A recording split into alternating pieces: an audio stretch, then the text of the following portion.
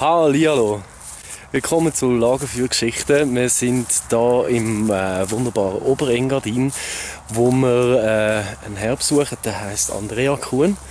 Und er gilt eigentlich so als Erfinder vom Kiten. Damit ihr ein bisschen einen Einblick bekommt, haben wir euch hier ein kleines YouTube-Film aus den 80er ausgegraben. Mit seinem Gleitschirm ist er nämlich nicht nur den Berg herabgeflogen, sondern er hat sich auch ab und zu alles Mögliche unter die Füße geschnallt und hat sich damit den Berg drauf schleppen lassen, über einen See reingefahren oder einfach mit dem Snowboard in der Luft einen Handstand gemacht.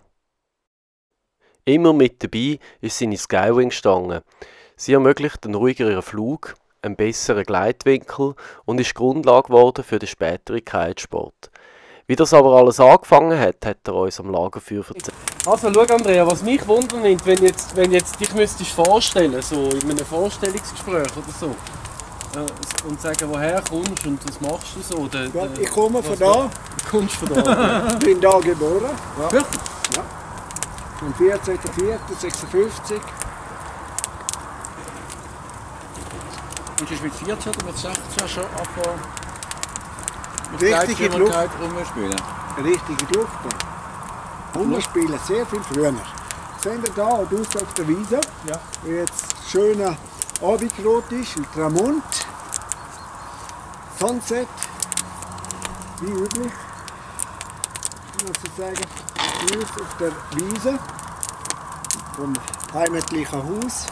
Da habe ich das große Privileg und die große Freude gehabt, dass ich als kleiner Knopf aufgewachsen bin und immer gar barfuß auf dieser Wiese. Ja. Außer dass es noch Schnee war, dann schon nicht unbedingt, dass ich rausfahren konnte an den Seeufer. Dann mit dem Wind, der da meistens aufländig ist, der gut, berüchtigt, berühmt, Maloja-Wind, Ja. der hat mir geholfen.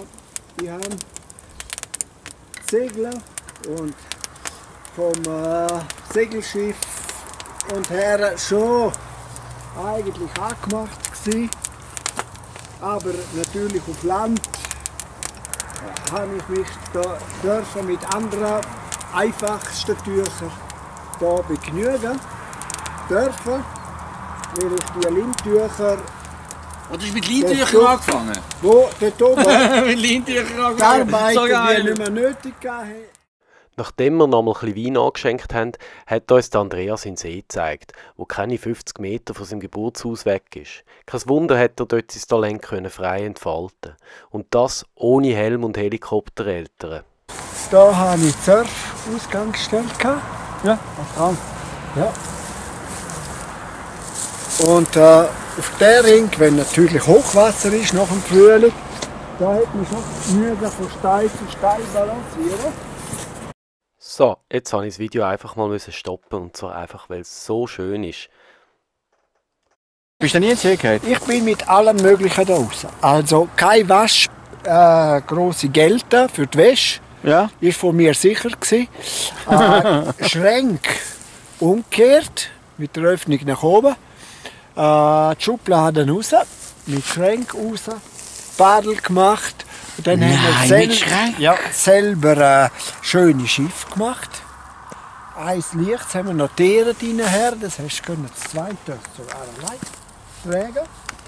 So Also, 50 Meter ist Als Kind haben wir jetzt schon gemerkt, bist du schon recht auf dem Windtrip gewesen, Ja. Wie ist denn das gewesen? Wie bist du eigentlich zu dem Paragliden gekommen? Zuerst ist ja das Paragliden dann gekommen, als logische Wir Entwicklung, haben oder? Skisegel gesagt. Ich hätte es Windsegel genannt, weil ich als Knopf ja noch ohne Ski und mit diesen Schlitten, mit allem Unmöglichen und Möglichen da segeln gekommen bin. Skisegel, hast du Ja. das genannt? Und da oben am Karwatsch haben wir auch im Sommer, weil das Sommerskifahrgebiet war, ab 63, 50 Jahre her, haben wir eigentlich mit diesen Rundschirm zuerst die Begegnung gehabt. Aha. Straselas und ich, wo ich noch gelachen habe. Im fehlenden Wind haben sie ein bisschen mit Kitsch und Imitation ersetzt. Aha. Einmal der Radtrag, wo man das Seil einfach gezogen hat, Gurte angemacht vom Schirm. Das andere Mal ist sogar ein Heli, der geblasen hat, dass Wind in den Rundschirm kommt. Aber dann sind wir schon mit dem Flächenschirm. Jetzt haben die Wächter von der Antenne her ist ein Einschnitt, das Couloir. Ja, dort oben. Das Couloir. Wo bist du denn gelandet? Unten dran? Nein, da sind wir schnurstracks von der anderen Seite vorwiegend her, aber auch gerade bis auf den Gipfel. Das ist der Vorgipfel vom Carvaccio. Der Carvaccio ist erst der letzte, rechts höchste. Und wie das so gelaufen ist, das hat er uns am Nachmittag noch gezeigt. Und zwar mit einem alten Grasski, den er irgendwo gefunden hat. Der Schirm, der ist vom 87.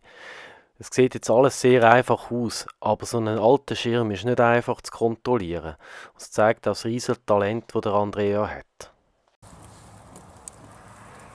Währenddessen ist es langsam ein bisschen dunkler und auch kühler geworden und der Peter hat seinem Lieblingshobby gefrönt, und zwar seine eigenen Produkte testen, was eigentlich heisst, er macht sie kaputt.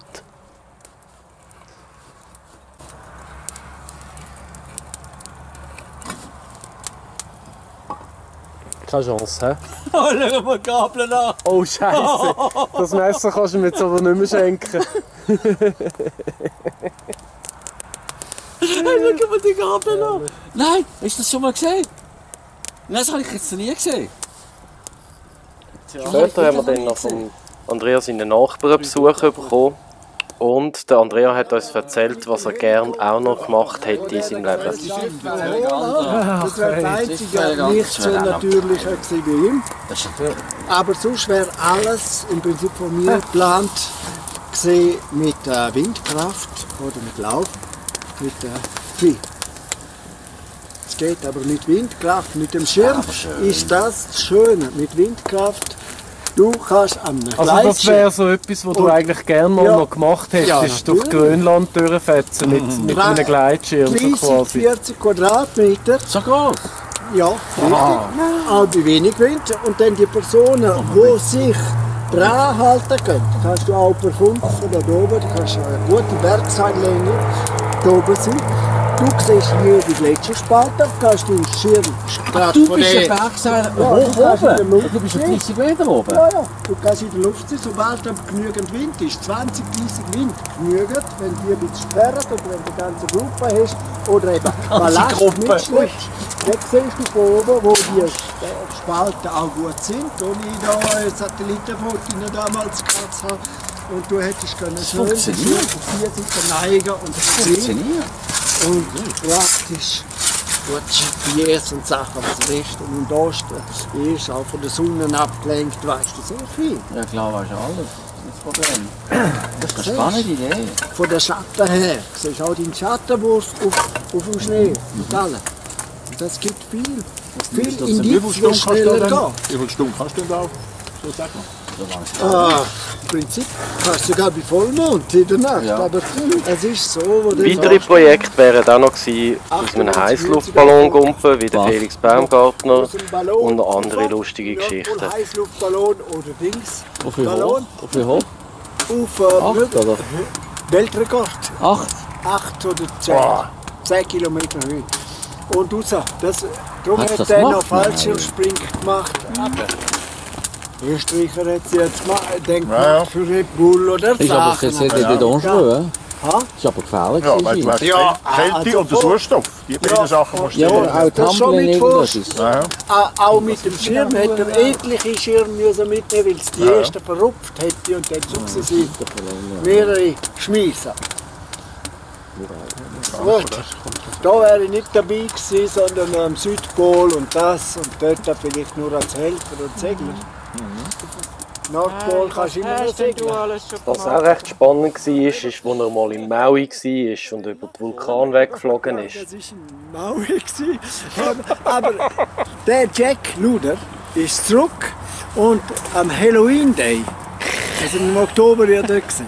Halloween Day sind wir auf der höchsten Vulkan, hatte ja Kettner gewesen und da oben war der schönste Sonnenuntergang gewesen. Und mit den Ranger, ihr habt gesehen, sie schnitzen dann Sachen, Masken rum, haben wir schon wollen, so und dann Ranger, nein, darf ich ja nicht. Wo? So bist du auf dem Berg, am Halea Kala. da sind auch Wie heisst der Berg dort auf Maui? Haleakala. Ah ja. Und da geht der Weg rauf. Velofahrer sind raufgekommen, aber ohne Pedale am Velo. Die Asphaltstraße geht ewig nur, wird nicht so geneigt und aber da müssen sie gar nicht Pedale brauchen. Und Du rauf oder du ab? Du meinst du ab? durch ab. Eben durch ab. Aber mir, da darf kein Helikopter 500 Meter über die anderen kleineren Vulkane, wie dort vorstellen. Und es war alles rötlich wie auf dem Planet Mars. Und wir sind mit weißem Schirm, mit dem Schirm, wo ich vom Tier hatte, mit dem Biplas-Schirm, den ich da als Expeditionsschirm mit hatte. Aber der hat eine rote Kante und der hat mir gesagt, das sei Marlboro-Werbung und nicht für sich, für das Tourism. Dort hat es einen weißen Film gehabt, also haben nicht dürfen nehmen. Und wir sind das Dritte und ich habe gefilmt, die zwei vor mir. Ich hatte 36 Dias und habe die zwei Filme Dings mitgegeben. Beide Filme hat er in seinem Labor sind weggekommen.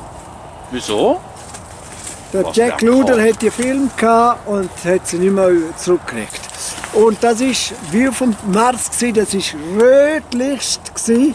Und ich habe etwa 3 Krater, richtige Trichter, überflogen und im 4. gelandet.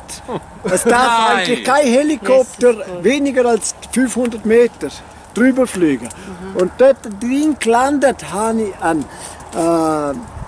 Brett gesehen. Genau wie ein Surfbrett, aber noch grösser, etwa 3 Meter aus sind das uraltem Holz. Hä?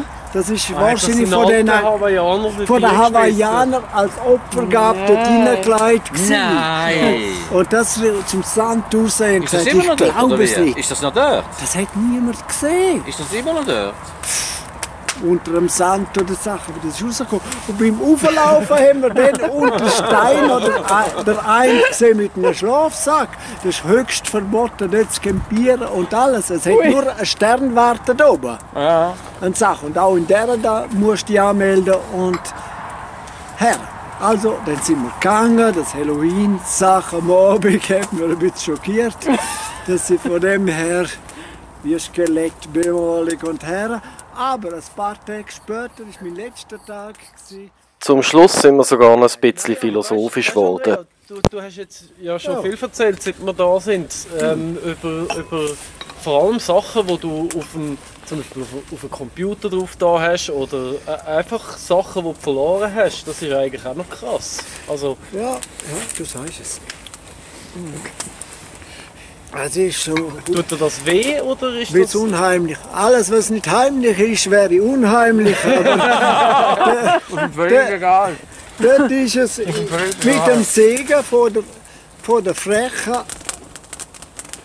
Ui, jetzt raucht es wieder, jetzt muss ich wieder Abstand.